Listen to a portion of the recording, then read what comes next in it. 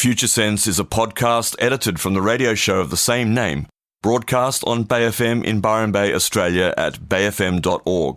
Hosted by Nick Jeans and well-known international futurist Steve McDonald, Future Sense provides a fresh, deep analysis of global trends and emergent technologies. How can we identify the layers of growth, personally, socially, and globally? What are the signs missed, the truths being denied? Science, history, politics, psychology, ancient civilizations, alien contact, the new psychedelic revolution, cryptocurrency and other disruptive and distributed technologies, and much more. This is Future Sense. You're now tuned to Future Sense here on Bay FM 999, and welcome to my co-host, Steve McDonald. Good morning, Steve. Good morning, Nick. And we have our good friend Mitch Schultz at Tex and Elf in the studio again. Good morning, Mitch. Good morning. Thank you, gentlemen. Lovely to see you both here. It's a warm day, especially in the studio. We're enjoying the jungle fever here today. And this morning we're going to start with something, but we're going to move into a discussion of multidimensional consciousness, yeah? Yes, indeed. And, good. Did you get my extra message there, Lacey? No.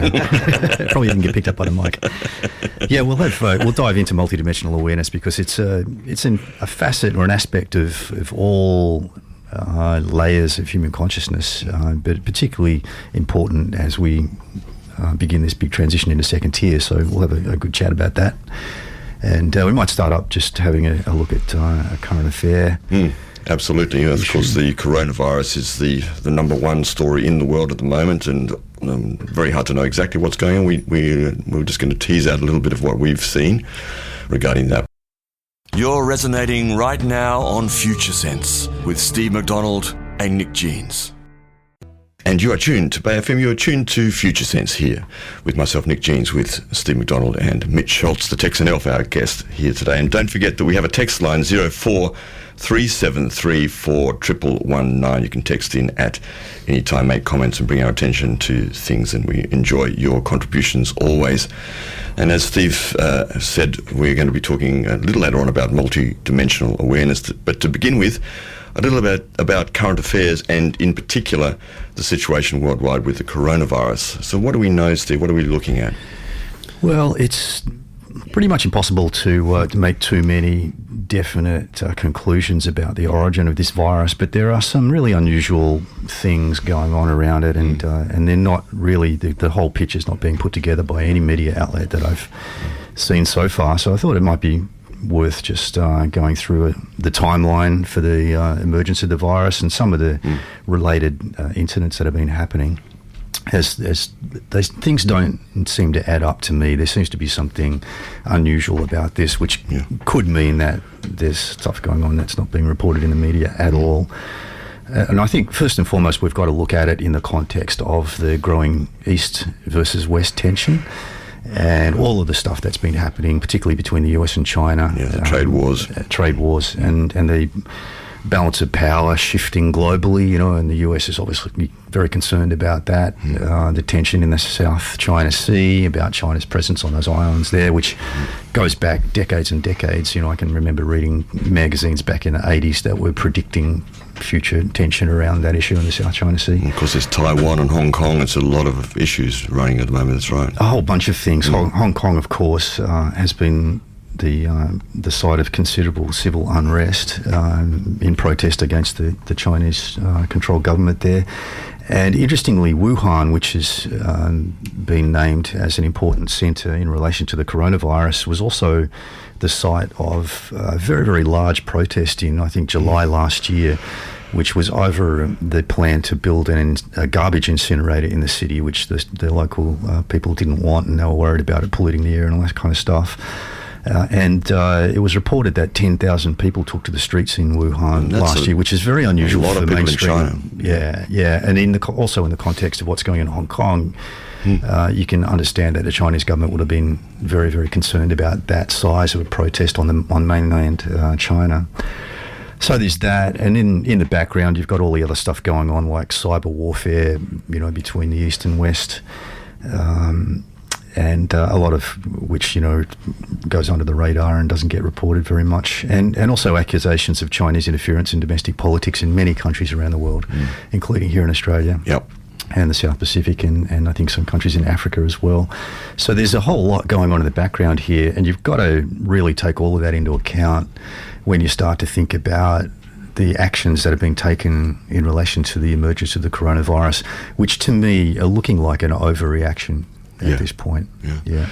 And of course there's fallout here in Australia reporting that the closing down of borders, the inability of Chinese and others to move out of the affected areas is clamping down all over the world. And in Australia, of course, that affects very much our economy because we have so much Chinese trade, so many Chinese visitors, tourism, and many, many, many Chinese students, especially right now at the beginning of the university year at the moment. So that's going to affect Australia's economy and other countries too. So it's interesting with as you said, the trade wars, and yet as a supposed ally of the States, we're going to be at effect financially to some degree of this situation. It's looking that way, but it's very like Australia just to copy whatever the US does when it comes to this kind of thing. That's what we usually do, just fall in line and do the same thing. That, thank you. Well, back in my era, of course, it was all the way with LBJ for Vietnam. That was a slogan at the time in the mid-60s. Yeah, and of course there was a US politician who came out recently and made a public statement about how advantageous it would be to US trade that China was closing its borders and there was a restriction on travel. That was one of the strange things for me, was hearing that from Wilbur Ross, the Commerce Secretary. It just seemed completely out of line that he would be insinuating that this is going to be a good thing and we can build our economy out of this and jobs will be coming back to America because of that. And it struck me as odd. It is. I think it is odd. I mean, it's not unusual for people to come out and say stupid things in public these days. It happens a hell of a lot. But you've got to just take all of these little things into account. And there's quite a few other little breadcrumbs in the trail there, which we might have a look at in a minute. I mean, when you're talking about that sort of comment where you take a tragedy that's emerging, no matter how you see it, how it's being configured and what the result will really be, and turn it immediately into a financial equation for yourself or for your country. I mean, this is, in terms of Claire W. Graves' work, this is quite a strong example of the layer that we're sort of emerging out of, is that? Yeah, absolutely. That sort of orange scientific industrial layer where success comes at any cost almost, and we've got to the point where business has become a war, a profit-making venture, and people who have influence are not concerned about people dying, so they can make money. And what about some of the reporting that this virus has been added to, spliced? I think they call it a spiked protein has been added to. What's that all about? What do we know about that? I reached out to a contact of mine who used to be the CEO of a vaccine development company, and they used to focus particularly on viruses that jump species. So the same kind of thing that we're dealing with here. And he pointed me to a paper that was recently published by some Indian scientists who looked at this, and I can't explain the technical details of it, but there were some patterns in the coronavirus itself which seemed to have possibly been cut and pasted out of the HIV virus, basically. And the Indians in the paper were basically concluding that, okay, this is genetically engineered. But my advisor said that it's not a unique case. There are some other proteins which also have this particular pattern in them that also equates to the HIV virus patterns. But so again, there's not enough evidence there to make an absolute conclusion, but it's a possibility. We've got to hold that possibility open that this has been genetically engineered. And of course, Wuhan is the location of China's only declared laboratory for studying deadly diseases. It's known as P4 facilities, which are fairly rare around the world. I'm not sure if we have one in Australia, but there's one in Canada, which is somewhat implicated here too. That's another part of another thread of the story, which we don't really know if it's true, but it's there.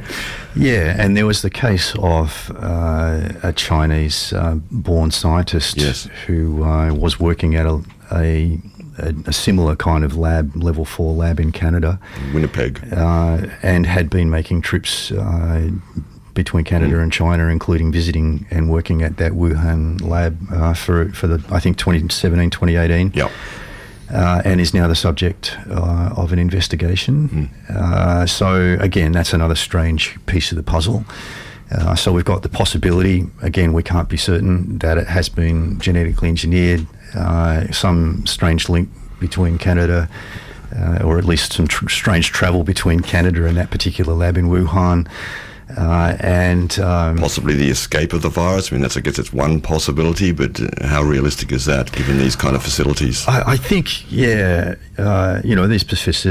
these facilities are usually very, very strictly controlled, and I know from my own limited experience in the military dealing with biological and nuclear issues. I had some because you had some training in this, I had some very basic training, which was defensive training. So I did a course in how to teach people to protect themselves against these sorts of threats by dressing up in protective suits, using masks, going through decontamination processes and those sorts of things. And they, the environments that use these kinds of things are very, very strictly controlled usually.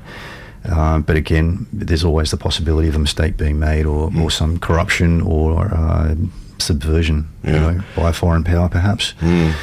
So, there's straight away there's a whole bunch of interesting sort of background issues. There's the general tension between East versus West. There's the link between unrest in Hong Kong and all of a sudden a whole bunch of unrest in Wuhan, and no doubt the Chinese government wanting to try and quash both of those.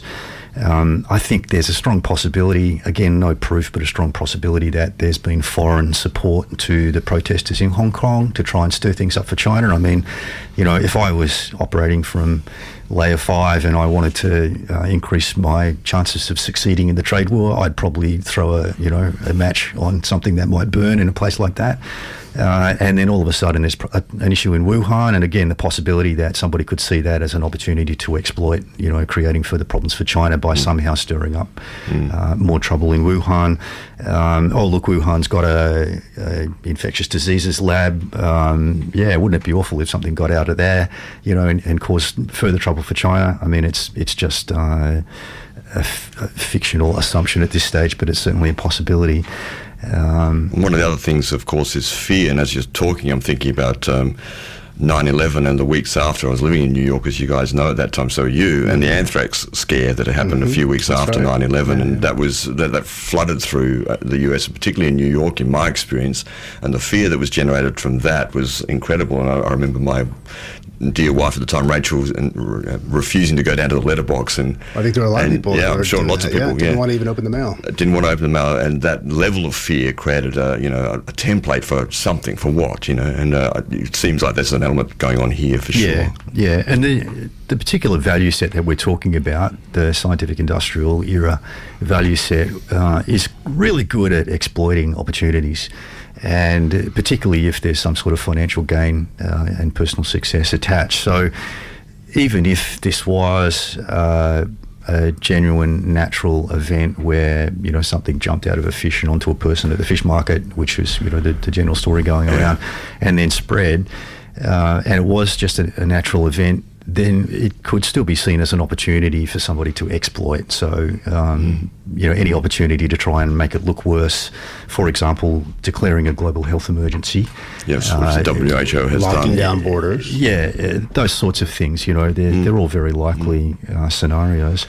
If we compare the coronavirus outbreak to the SARS outbreak in 2003, and most of us would remember all the publicity that went around with that, and the scanners that they had at airports looking at people's temperature as they came through and all those sorts of things. The death rate from the SARS virus back then was roughly 9.6% of those who were confirmed with the virus died, whereas the coronavirus death rate is just over 2%, so it's much, much lower. And yet the New York Times has reported that the initial Chinese response was the largest known quarantine effort in human history. And you've got to ask yourself, why were the Chinese so worried about that? If it had come out of their lab and if they had all the data on the virus, they probably would have known that it wasn't that serious in terms of the potential death toll. Yet they've pulled what the New York Times is calling the largest quarantine effort in human history, where they completely shut down a transport hub, this transport hub was larger than New York City, according to the New York Times. So what's going on there? Could it be that China suspected that it was foreign interference and therefore overreacted just in case? That's another possibility. It's also true that the fish market you just referred to is only about 20 or 30 miles, 40, 50 kilometres from the P4 facility in Wuhan. So there's something there. There's some link there. Yeah, absolutely. And Radio Free Asia, which is a private radio station established by the US Congress and funded by the government of the United States, in the last week in January, they rebroadcast a local Wuhan television report from 2015 showing China's most advanced virus research laboratory, known as the Wuhan Institute of Virology. So that was really good of them to screen that show.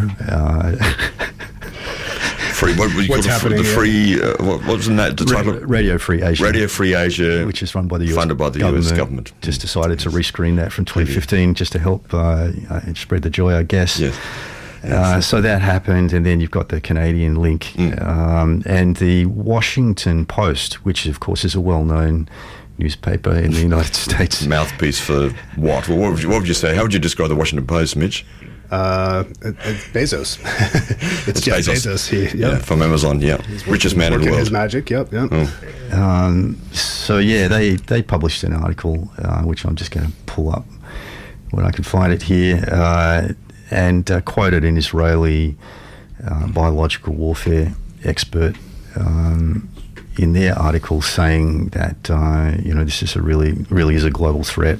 And basically pumping up the fear around the issue. So it seems that there's been some effort on the part of the US to try and increase the concern about this. And then, of course, you've got the World Health Organization, part of the United Nations, which declared a global health emergency, which everybody probably knows the United Nations is based in the US.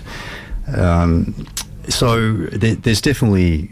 even if there was absolutely no foreign interference in the emergence of the virus and it wasn't genetically engineered, there's definitely been some effort to pump up the fear volume on this for sure. And the other aspect which has been talked about, because I think after the SARS virus, I think it was 4 months after that vaccine for the SARS virus came out, I think that's, I remember that report somewhere recently, and the question that some people are asking is, well, do they have the vaccine ready for this? Is the fear generated? I don't want to be too conspiratorial here, but that's an element here where if fear is generated enough and suddenly the vaccine is there, pharmaceutical companies can make zillions from this and people can go and get themselves vaccinated from this new virus. Yeah, what do you think about that? We'll see. I mean, if there's any basis to that, we'll see that happen, and I haven't seen it happening yet.